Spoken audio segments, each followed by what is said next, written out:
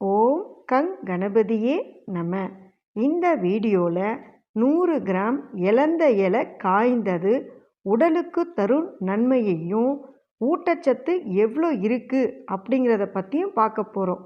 முதல்ல புரதம், அதாவது புரோட்டீன் 4.1 கிராம். இது நம்ம உடம்புக்கு தச வளர்ச்சியை கொடுக்கும், அதே மாதிரி சக்தி அதிகரிக்கும். 2 நார்ச்சத்து, அதாவது ஃபைபர் 6.5 கிராம் இருக்குங்க. இது நம்ம உடம்புனுடைய செரிமானத்தை மேம்படுத்தும். 3 கால்சியம் 240 mg இருக்குங்க. எலும்பு பல் ஆரோக்கியம் மேம்படும்.